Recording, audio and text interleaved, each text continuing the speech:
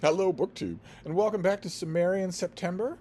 This is a BookTube event created by Michael K. Vaughan to celebrate Robert E. Howard's greatest creation, Conan the Barbarian. Uh, Specifically, this time around through pastiches of one kind or another.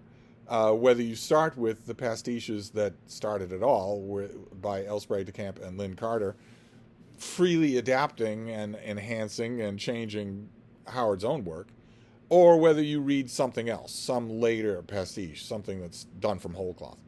Uh, and I, I don't have a grand plan for any BookTube event, so I tend to let the day's mood, the day's drift of what else I'm reading, dictate what will go on the pile for the reading that night, specifically for BookTube events. And that was true last night for Cimmerian September. I wasn't sure what I was going to do, and because of that, I ended up going on an odyssey, on a Cimmerian September odyssey. I started out, I don't know why, I started out by reading a canonical story, which is, not pastiche at all. I mean, it doesn't really matter. I'm sure that Michael K. Vaughan would tell you it doesn't really matter. If you read Conan in September, you have participated in Cimmerian September. But I started out not only with a canonical story, but with the canonical story, with the first one, The Phoenix on the Sword from 1932, which was the first appearance of Conan the Barbarian. Only in this story, he's not Conan the Barbarian, he's Conan the King. He's king of Aquilonia. And I've read this story a million times. I don't know why I went to it, but I used it as an opportunity to haul out my 2011 paperback from the Conan the Barbarian movie that was sparking all sorts of marketing stuff at the time. There were a couple of books. There was merchandise. I wish I had it all. I wish I'd had the sense to get it all. I had hopes for this movie. I really hoped that it would take off. I think it is pretty good, but this is not the novelization of the movie. This is just a collection of Robert E. Howard stories that started it all, the stories that inspired the movie. And the first one of these is The Phoenix on the Sword. So, I mean, Howard sold this to Weird Tales, and the editor of Weird Tales at the time wasn't always impressed by the stuff that Howard was sending him, but it wasn't just a rubber stamp. Farnsworth Wright was a weird guy, but also had the ability to see through a stone wall if you gave him enough time, and he could be a good editor, heavy-handed in a way that editors don't tend to be today, but he could be a good editor. Usually, when we have a record of what his objections to any story were, not just by Howard, but by anybody, usually when we have a record of what his objections were, you can instantly see that his objections are good, that they make sense. And this is the story of an older Conan. This introduction of the character to readers is the story of an older Conan. He has relatively recently seized the crown of Aquilonia from the previous owner, who he strangled to death with his bare hands. And all is not well. All is not well at all. He didn't dream far enough, as he tells one assistant in the story. His crown rests uneasily on his head, and there is unrest. The Aquilonian people they had no say in the matter, of course, keep in mind. Like I said about L. Sprague de Camp's novel, Conan the Liberator, they had no say. They were not actually liberated. They went from one king to another. And the more they think about it, and the more certain elements rabble-rouse in their midst, the more they realize they're not sure they want to be ruled by someone who isn't an Aquilonian, someone who has no Aquilonian blood. It doesn't seem to matter in the grand scheme of things. A character in this story tells Conan, your fate and Aquilonia's are intimately linked, inextricably linked. But Conan knows that King Conan knows that things are not rosy. One of his favorite balladeers, a poet that he has liked, whose work he has enjoyed, has been spreading really, really powerful ditties throughout Aquilonia about how Conan is a bloody-handed butcher, and it's working. People are singing these songs on street corners, and also someone's put up a statue to the older king, who was useless, absolutely useless. But nevertheless, Conan is, at the beginning of this story, he's a little fatalistic. He seems to reflect on the fact that you can't really beat a poem, that no tyrant really can. And we learn in the story that there is a group of people, including that poet, that balladeer, who are orchestrating Conan's assassination. They're orchestrating an assassination of the king. They have paid to get his guard away from him at night. They're assuming that he will be incapacitated by drink or age. And they have a group of men with them, armed men with them. This should be the death warrant to anyone, no matter what. But the core cast of the rebels have their own individual personalities, including a guy named Ascalante, who is in many ways the main instigator and who is key to the plot, because earlier than when this story takes place, he has captured a wizard. A wizard who has seen better days. He is rather the wizard is a guy we've met before. The name has come up before, Thoth Amon, a great Stygian wizard who put, like a certain Dark Lord later to come in the fantasy world, put a lot of his power and influence into one magic ring and then lost it. Why these people don't keep these things on lanyards around their necks, I have no idea. But he lost his ring. And so although he is a powerful wizard, he doesn't have that much power. He is still beholden to Ascalante. He is still Ascalante's servant. They don't like each other. There's no love lost between them at all. But as long as Thoth Amon doesn't have his ring, there's not much that can be done about it. Ascalante is leading the idea of killing the king, of killing King Conan. And he and his group go to do this. Now, before they get there, Conan has a vision. Maybe it starts out in his sleep, maybe not, but he has a vision of an ancient sorcerer, not Thoth Amon, but a guy who's been a sorcerer 1,500 years ago, and he is connected with the city of Aquilonia. And he wants to protect Conan's rule. He says that you and Aquilonia are linked. And he puts a phoenix emblem on Conan's sword. Doesn't really explain himself at all, just sort of does that. And as that vision is fading, Conan is suddenly aware that he is being attacked, that this group of people have bribed their way past his guards and have caught him alone. And there follows a gigantic Donnybrook of a battle. That's what a huge chunk of this story, it's certainly the most memorable part, is the gigantic battle. Conan is not an invulnerable Superman. He is an older warrior, very seasoned, much more powerful than any of the other people that he's facing, but still a man, and he's facing 20 people. So he takes a lot of damage, and does a lot of damage, kills people left, right, and center. But it looks, in the course of the battle, it looks like simple attrition is going to wear him down. I mean, he's human. He's taken severe cuts, including the unkindest cut of all from that balladeer who knifes him when he gets close. Conan is trying to spare his life, and that's the thanks he gets. But unbeknownst to anyone, except maybe that old wizard, in another part of town, far away, Thoth Amon finds his ring. Just by coincidence, he finds the fop who has his ring. Kills him, puts the ring back on, and suddenly has the full breadth of his power. And he uses that power to summon a creature, a horrifying creature. And he gives that creature a mission. Go and find Ascalante and kill him. Now I have to pause for an ear-piercing siren. Every video. Every single video.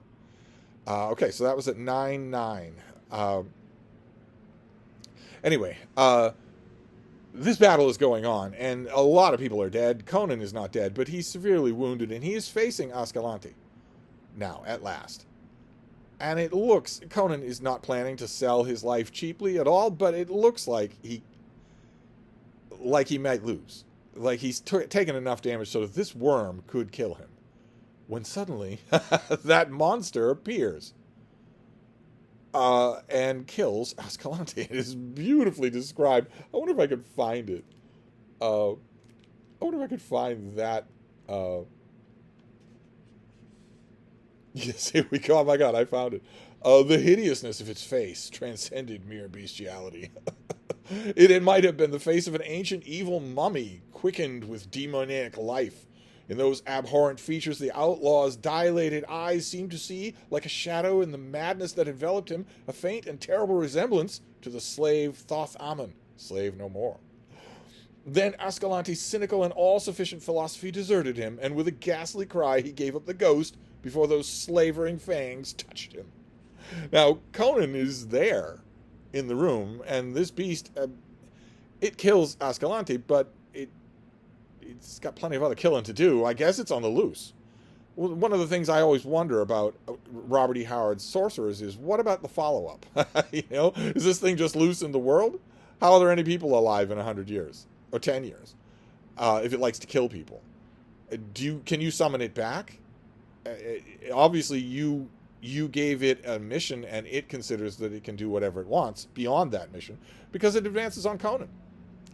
And he's already badly mangled. He doesn't think that he has a chance. He thinks that now, months into his kingship, he will simply die at the hand of some anonymous demon. But then he remembers the sword. He's desperate. He's groping for any weapon, and his sword has the phoenix sigil on it, and when he stabs the monster with it, it dies. The sword is ensorcelled enough to kill this thing.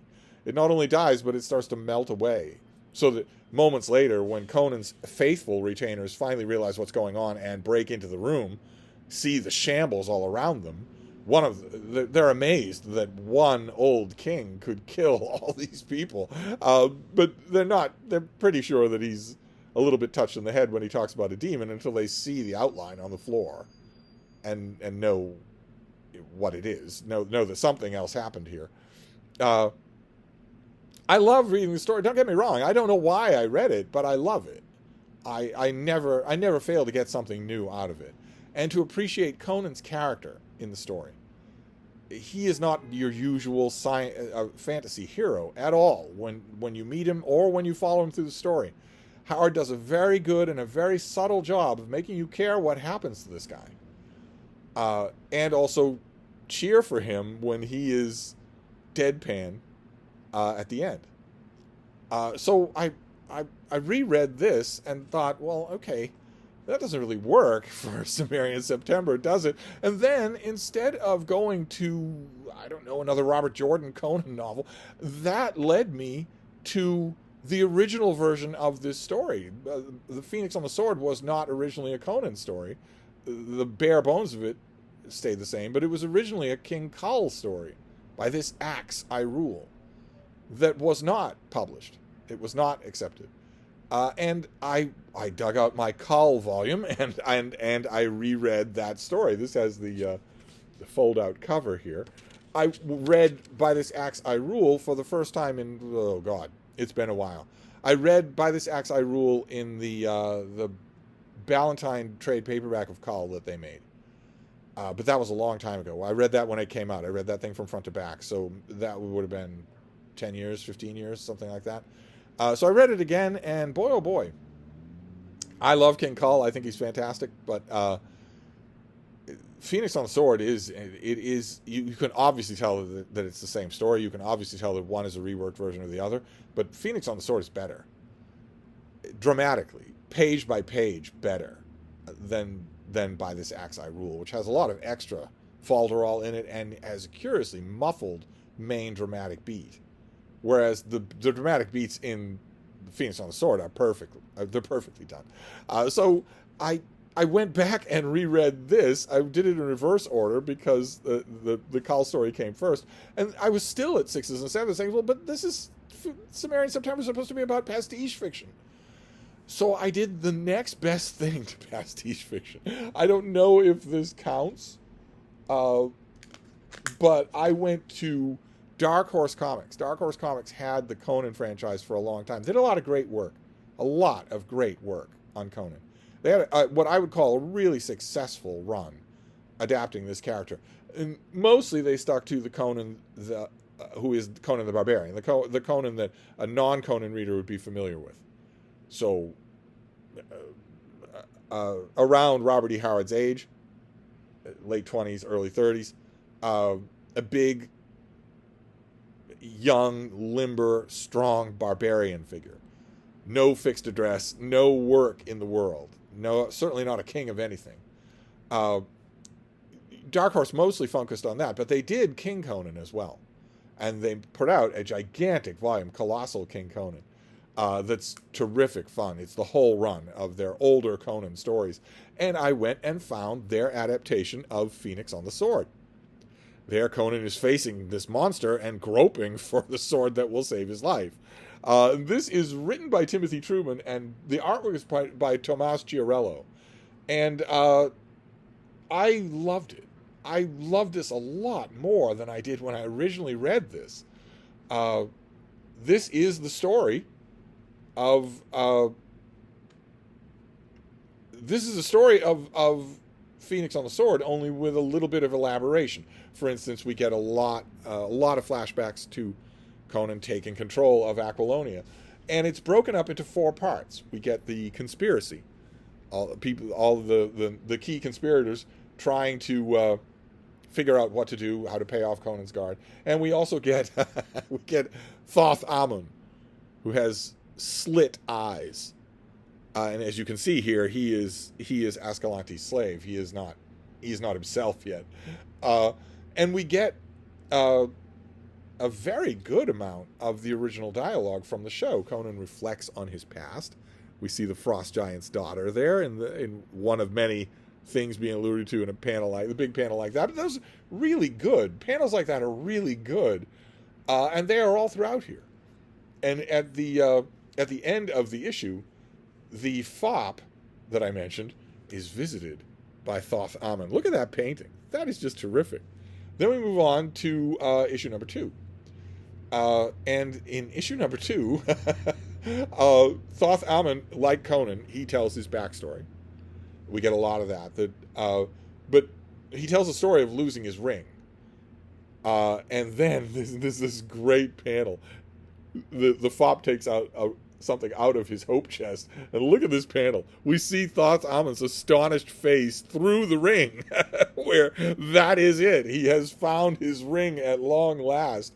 So this guy, his life isn't worth a plugged nickel. And Thoth Amon is free to exact his vengeance. But the story then shifts to sleeping Conan. Look at the details there. That's just lovely. Why did I not think about how beautiful this was when I was first reading it? He has his vision of the old wizard. Look at that. Just incredible. And see, no offense to Robert E. Howard, but you're not going to get that in a story. That is only a pictorial thing. And that's gorgeous. Just gorgeous. He visits this wizard, and the wizard, the whole thing is done in a flashback scene of Conan talking, an older Conan, talking in his garden, retelling the story. But we get the main story where Conan talks to this wizard, who gives him a lot of info about Thoth Amon, and then puts the sigil of the phoenix on the sword. And when Conan wakes up, he has this sword with this magic sigil on it. And just in time, too, because these guys have come a-calling. Look at that panel. That is so incredible. That is just amazing. They come across him, and they break down the door, and here Timothy Truman advances a line of Conan's. The line occurs in the story, but in the comic it occurs earlier, and it's a great line, so I'm glad he did. I actually approve of this, where the line is, "Who dies first?" You've got all these swords pointing at him, and that's all he wants to know, with that barbarian smirk on his face. And in the story, I believe actually in the comic as well, we're told that the war songs of old barbarians started singing in Conan's blood. The key of Phoenix on the Sword, there's a lot going on in the story, and I love it. But the key to it, the dramatic punch of it, is that Conan is not an Aquilonian. He is not a civilized man. It doesn't matter how old he is. These men who are facing him have no conception they were born in cities. They were born civilized. They were trained in the martial arts of swords and spears and arrows, but not like a Cimmerian, not like Conan. They have no idea what they're doing, no idea what they're facing. They're certainly not facing one single man. And every chapter is prefaced by the poem that Howard breaks up in the course. What do I know of cultured ways, the guilt, the craft, the lie? I who was born in the naked land and bred in the open sky. The subtle tongue, the sophist guile, they fail when the broadswords sing. Rush in and die, dogs. I was a man before I was a king. Incredible. Just incredible. Conan is he is telling all this story, but we're getting these great panels of just unrepentant gore. All throughout the climactic moment here. Conan grabs an axe from the wall when his sword splinters to show a kind of thread between the original story and this new one, and we just see him waylaying all of these characters. Wonderful color palette, the subtle greens down here, the reds, the blues, just terrific stuff. Conan is getting the worse for wear. He is being bloodied. Like here we have somebody's head flying off. But if you look really close in this panel here, you see that he is being nicked. He is being bloodied. This is not a painless exercise. He is extremely violent with these guys, and it's just awesome. Absolutely awesome. And it looks like he is just too wounded to continue. We have the confrontation between him and Ascalante. But he has an ally. Look at that. Just incredible. It breaks down the door. And it has its way with Ascalante. It tears his head off. Just this wonderful gore everywhere. And then it's Conan versus this thing.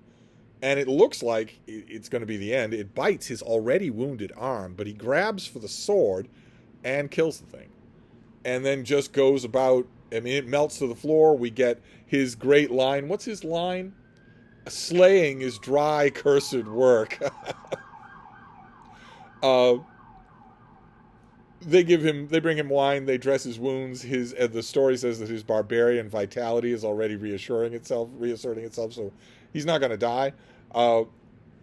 And we get an ending that isn't in the story, where the older Conan is finishing up the story in the courtyard, and a serpent is watching, because maybe the serpent is Thoth Amon, who has serpent-like eyes. And so that is my pastiche experience this time around. I revisited Dark Horse Comics' version of The Phoenix on the Sword, and I loved it. I loved it a lot more than I did the first time. So, great. So that's the whole point, is to find pastiche stuff that I can love. So there you go. That is my Cimmerian September report. I'm going to wrap this up, but I'll be back. Thank you, BookTube.